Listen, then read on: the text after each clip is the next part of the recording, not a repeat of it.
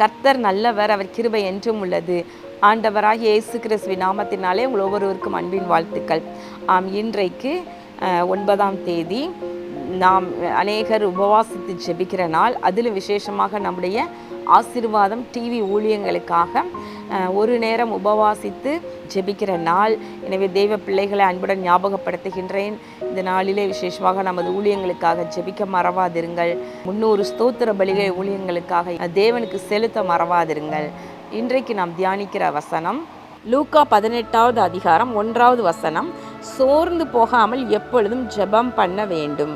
இங்கு இயேசு மகாராஜா சோர்ந்து போகாமல் எப்பவும் ஜெபிக்கணும் அப்படிங்கிறத குறித்து போதிக்கின்றார். அப்படி சொல்லும் பொழுது அவர் அழகான ஒரு உவமையை விளக்கி சொல்லுகின்றார். எப்படின்னா, ஒரு ஊரில் ஒரு நியாயாதிபதி இருந்தார். அந்த நியாயாதிபதி எப்படிப்பட்டவர்னா, அவர் தேவனுக்கு பயப்படாத ஒரு மனுஷன். ஆனால் அதே நேரத்தில் மனுஷர்களை மதிக்கவே மாட்டான்.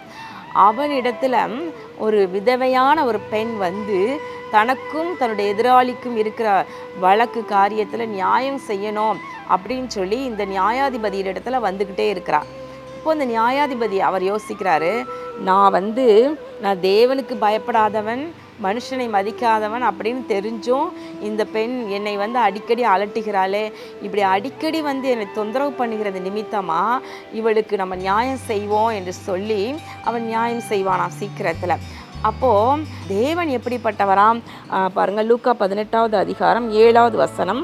அந்தப்படியே தேவன் தம்மை நோக்கி இரவும் பகலும் கூப்பிடுகிறவர்களாகிய தம்மால் தெரிந்து கொள்ளப்பட்டவர்களின் விஷயத்தில் நீடிய பொறுமை உள்ளவராயிருந்து அவர்களுக்கு நியாயம் செய்யாமல் இருப்பாரோ, சீக்கிரத்தில் அவர்களுக்கு நியாயம் செய்வார் என்று உங்களுக்கு சொல்லுகிறேன்.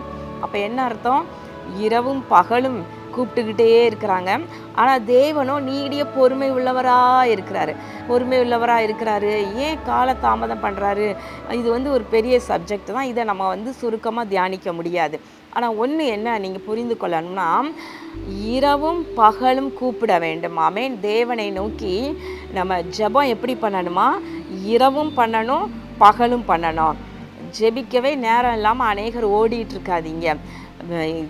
ட்ரெயினை பிடிக்கணும், பஸ்ஸை பிடிக்கணும், ஆஃபீஸ்க்கு போகணும், பிஸ்னஸை பண்ணணும், 4 ஆர்டர்ஸ் எடுக்கணும் அப்படின்னு சொல்லிட்டு காலையில் எழுந்த உடனே நீங்கள் ப்ரோக்ராம் செட் பண்ணி இரவு படுக்கைக்கு போகிற வரைக்கும் உங்கள் ப்ரோக்ராமை நீங்கள் டைட்டாக வைக்காமல் ஜெபிக்கிற நேரம் என்ன அப்படிங்கிறதையும் நீங்கள் அதில் நடுவில் நீங்கள் குறித்து கொள்ள வேண்டும். அப்போ ஒரு நேரம் ஜெபம் பண்ணால் பத்தாது. இங்கே என்ன சொல்லப்படுகிறது?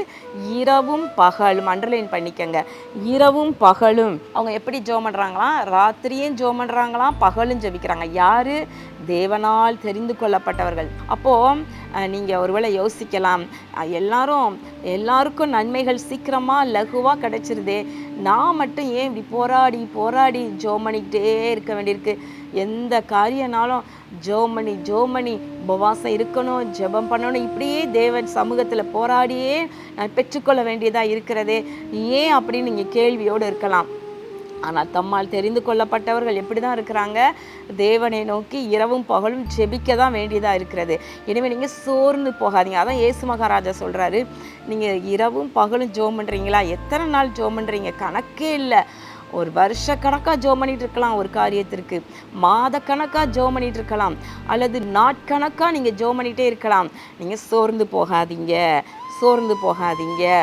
தேவன் நீடிய பொறுமை உள்ளவராக இருந்தால் கூட அவர் நியாயம் செய்வார் என்பதை மறக்க வேண்டாம். உங்களுக்கு சீக்கிரத்தில் நியாயம் செய்வார். ஆமென்.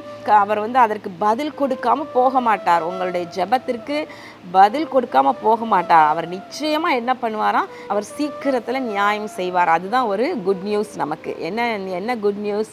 நம்முடைய ஜெபத்திற்கு நியாயம் செய்வார், பதில் கொடுப்பார், சீக்கிரத்தில் செய்வார். ஆமென். அவர் பதில் கொடுக்காமல் இருக்க மாட்டார், ஆனால் சீக்கிரத்தில் செய்வார், நியாயம் செய்வார். கண்களை மூடி ஜெபம் பண்ணுவோமா?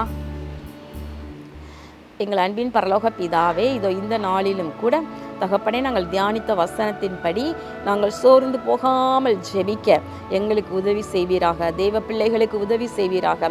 பரிசுத்த ஆவியானவர் ஒவ்வொருவரையும் நீர் நிரப்புவீராக. ஆண்டவரே, இரவும் பகலும் ஆண்டவரே சோர்ந்து போகாமல் தேவனை நோக்கி ஜெபம் பண்ணுகின்ற ஒரு கிருபையை ஒவ்வொருவருக்கும் கட்டளையிடுங்க. சீக்கிரமாய் நியாயம் செய்தருளும். இயேசு கிறிஸ்துவின் நாமத்தின் நல்ல பிதாவே, ஆமேன். ஆம், கர்த்தர் உங்களை ஆசீர்வதிப்பாராக. ஆமேன்.